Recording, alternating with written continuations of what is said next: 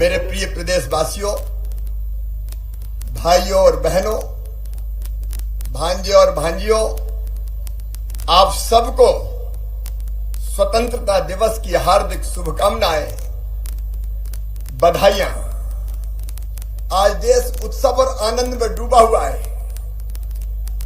आजादी का अमृत काल, आज के दिन ही हम गुलामी से आजाद हुए थे।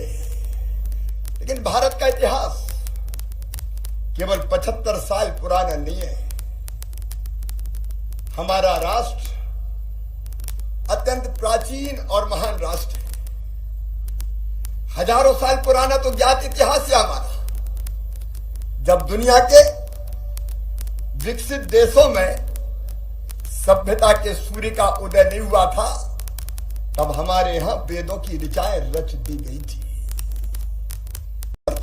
मध्य प्रदेश ने भी कम प्रगति नहीं की। मेरे बहनों और भाइयों, एक समय था जब मध्य प्रदेश बीमारू राज्य माना जाता था।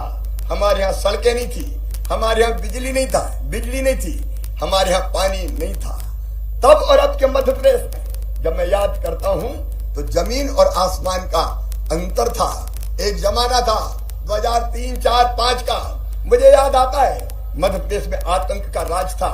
उत्तरी मध्य प्रदेश में डकैतों का आतंक जनता को चैन से सोने नहीं देता था। और तब हमने तय किया था, मध्य प्रदेश की धरती पर डाकू नहीं रहेंगे।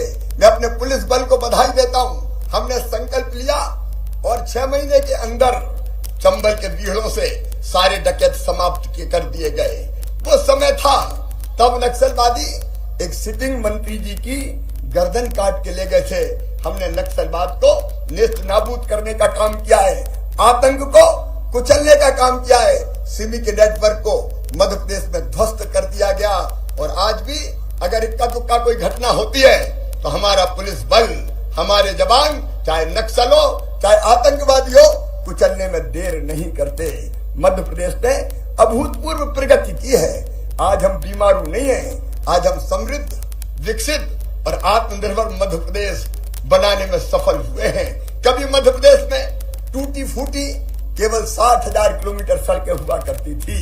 मुझे कहते हुए गर्व है कि आज हमने ग्रामीण सड़कों को मिला लें तो 5 लाख किलोमीटर से ज्यादा शानदार सड़कें बनाने का चमत्कार मध्य प्रदेश की धरती पर किया है।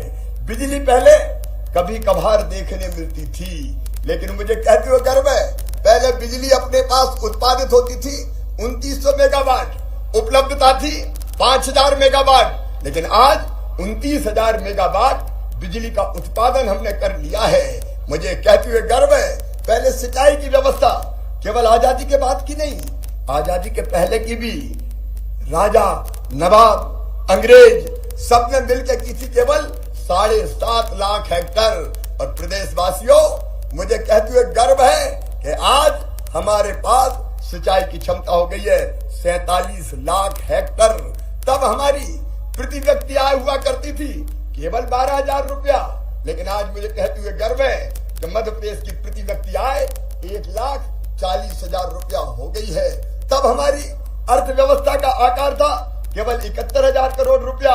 आज हमारी अर्थव्यवस्था 13.5 लाख करोड़ के पास है। हम 15 लाख करोड़ को छू रहे हैं। मेरे प्रिय बहनों और भाइयों, तब विकास दर कभी हुआ करती थी 0.1%। आज कहते हुए मैं गर्वित हूं और आप सबको बधाई देता हूं, पूरी टीम को बधाई देता हूं कि मध्य प्रदेश की विकास दर 16% के पार निकल गई है। कृषि विकास दर ऋणात्मक हुआ करती थी। लगातार कई सालों तक हमारी एग्रीकल्चर ग्रोथ रेट 18% से ज्यादा रहने का चमत्कार किया तो मध्य प्रदेश ने किया। मेरे बेटे बेटियों, पहले 1000 बेटों पे केवल 912 बेटियां पैदा होती थी और आज 1000 बेटों पे 956 बेटियां पैदा हो रही है। पहले संस्थागत प्रसव केवल 26% था, आज संस्थागत प्रसव बढ़ के 90% के ऊपर पहुंच गया है। पहले औद्योगिक विकास दर ऋणात्मक हुआ करती थी, आज हमारी औद्योगिक विकास दर 24% को भी पार कर गई है। अभूतपूर्व प्रगति अपने मध्य प्रदेश ने की है और इसके लिए मैं सबको बधाई देता हूं। मध्य प्रदेश की 9.5 करोड़ जनता को, टीम मध्य प्रदेश को मैं बहुत बहुत बधाइयां देता हूं। हमारी दूसरी जो बड़ी क्रांति हुई है वो हुई है महिला सशक्तिकरण की क्रांति। मुझे गर्व है ये कहते हुए, एक समय दिल दुखता था, अंतर आत्मा दुखती थी। बेटा और बेटी को बोझ मान लिया गया था। कई बार तो हालत ये हो गई थी कि विज्ञान के माध्यम से, अगर ये आधुनिक टेक्नोलॉजी के माध्यम से पता चल जाए कि कोख में पलने वाला बेटा है कि बेटी, बेटा आए तो स्वागत किया जाए और बेटी पैदा हो जाए तो कोख में ही मार दी जाए। कोख को कत्ल खाना बना दिया था भाई और बहनों। बेटी बोझ थी, मन कसकता था, आत्मा दुखती थी।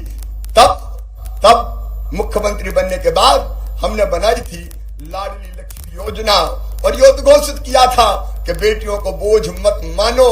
मध्य प्रदेश की धरती पर बेटी पैदा होगी तो लखपति ही पैदा होगी। और हमने 30,000 रुपए के बचत पत्र सरकार के खजाने से निकाल के माता पिता के हाथ में देके कहा था कि बेटी 5वीं पास करके 6वीं में जाएगी तो 2,000, 8वीं पास करके 9वीं में जाएगी तो 4,000, 10वीं पास करके 11वीं में जाएगी तो 6,000, 12वीं में फिर 6,000 और कॉलेज में जाएगी तो 12,500 रुपया बिटिया के खाते में डालेंगे। कॉलेज पास करेगी तो फिर 12,500 रुपया बेटी के खाते में डालेंगे। लेकिन इससे बढ़कर आज मैं ये उद्घोषित कर रहा हूं कि लाडली लक्ष्मी बेटियां अगर मेडिकल और इंजीनियरिंग कॉलेज में भी जाएगी तो उनकी फीस मम्मी पापा को नहीं भरनी पड़ेगी, हम भरवाएंगे, सरकार भरवाएंगी। मेरे प्रिय प्रदेशवासियों, बेटियां बोझ नहीं है, बेटियां वरदान है। बेटियों को आने दो, बेटियों के बिना ये दुनिया चल नहीं सकती। अगर बेटी नहीं बचाओगे तो बहू कहां से लाओगे। इसलिए हमने महिला सशक्तिकरण के काम प्रारंभ किया था।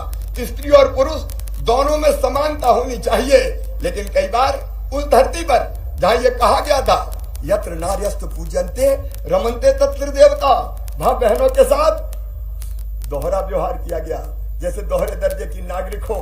कई बार वो अन्याय अत्याचार की भट्टी में पीसी जाती रही और तब हमने तय किया कि बेटी के जन्म लेने तक हम, जब वो बड़ी हो जाएगी तब तक उसके साथ खड़े रहेंगे।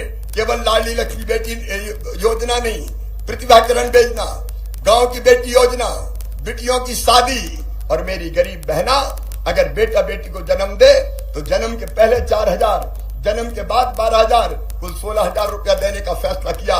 लेकिन एक ऐतिहासिक फैसला जो हमने किया था, मुझे कहते हुए गर्व है, सरकार में रहते हुए हमने वो फैसला किया कि स्थानीय निकाय के चुनाव में बहनों को 50% रिजर्वेशन दिया जाएगा। बहनें केवल परिवार नहीं, सरकार चलाने का काम करेंगी, सरकार चलाने का काम करेंगी। हो जाए उनकी त्याग, तपस्या और बलिदान के कारण भारत स्वतंत्र हुआ, भारत आजाद हुआ। लेकिन एक कसक हमारे सीने में आज भी है, आजादी तो हमें मिली लेकिन अखंड भारत नहीं मिला। विभाजन की विभीषिका आज भी भूले नहीं भूलती। एक ऐतिहासिक भूल हुई उस समय, देश के टुकड़े कर दिए गए, भारत के टुकड़े हो गए। एक और भूल हुई उस समय जिसको मैं ऐतिहासिक भूल कहता हूँ। कश्मीर की आजादी के लिए हमारी सेनाएं लड़ रही थी, अचानक युद्ध विराम हो गया और बाद में एक हिस्सा कश्मीर का पाकिस्तान में रह गया। लेकिन भारत में जो कश्मीर था उसमें भी धारा 370 जैसी है, धारा 370 लगा के भारत के साथ उसको एक रस नहीं होने दिया। लेकिन आज मुझे कहते हुए प्रसन्नता है, प्रधानमंत्री नरेंद्र मोदी जी के नेतृत्व में धारा 370 समाप्त करके एक देश में 2 विधान, 2 निशान, 2 प्रधान नहीं चलेंगे कि संकल्प को पूरा किया गया है। मेरे प्रिय प्रदेशवासियों, मेरे भाइयों और बहनों, मेरे बेटे बेटियों, ये देश भारत माता हमारे लिए केवल जमीन का टुकड़ा नहीं है, माँ है हमारी। और अटल जी ने जो शब्द कहे थे अपनी भारत माता के लिए, वो आज आजादी का अमृत काल में वो पंक्तियां मुझे याद आ रही है। ये देश हमारे लिए केवल जमीन का टुकड़ा नहीं है, जीता जागता राष्ट्र पुरुष है। हिमालय इसका मस्तिष्क है, हिमालय इसका मस्तिष्क है। गौरी शंकर इसकी शिखा है, पंजाब और बंगाल इसके 2 विशाल बाहु है। दिल्ली दिल है, विंध्याचल तटी है, नर्मदा करधनी है, पूर्वी घाट और पश्चिमी घाट इसकी 2 विशाल जंघाएं हैं। कन्याकुमारी इसके पंजे हैं, सागर इसके चरण पखारता है, सूरज और चंद्रमा इसकी आरती उतारते हैं। ये अर्पण की भूमि है, ये तर्पण की भूमि है, ये सूरों की भूमि है, ये वीरों की भूमि है, ये ऋषियों की भूमि है, महर्षियों की भूमि है। हम जिएंगे तो इसके लिए, और अगर कभी मरना पड़ा तो मरेंगे भी इसके लिए। और मरने के बाद अगर हमारी राख भी गंगा जी में डाल दी गई तो एक ही आवाज वहां से आएगी, भारत माता की जय, भारत माता की जय। आज आजादी के 75 साल में हमारे देश ने अभूतपूर्व प्रगति की है। मुझे कहते हुए गर्व है, प्रधानमंत्री श्रीमान नरेंद्र मोदी जी के नेतृत्व में एक वैभवशाली भारत, एक गौरवशाली भारत, एक संपन्न भारत, एक समृद्धशाली भारत और एक शक्तिशाली भारत का उदय हुआ है। कई मामलों में आज प्रधानमंत्री जी के नेतृत्व में भारत दुनिया का मार्गदर्शन कर रहा है। कौन कहता था पहले कभी कि कोविड जैसी महामारी में वैक्सीन इतने जल्दी बना ली जाएगी और 140 करोड़ भारतवासियों के साथ साथ दुनिया के 100 देशों के बहनों और भाइयों को लगा के उनकी जिंदगी बचा ली जाएगी। आज देश की सीमाएं सुरक्षित है। हमारा आज कहना है, प्रधानमंत्री जी का भी कहना है कि हम अपनी तरफ से किसी को छेड़ेंगे नहीं, लेकिन किसी ने अगर आंख उठा के भारत माता की तरफ देखा तो उसे हम छोड़ेंगे भी नहीं। एक नई ताकत के साथ भारत उठ के खड़ा हुआ है। मैं प्रधानमंत्री जी का इस अभूतपूर्व विकास के कारण अभिनंदन करता हूं। मध्य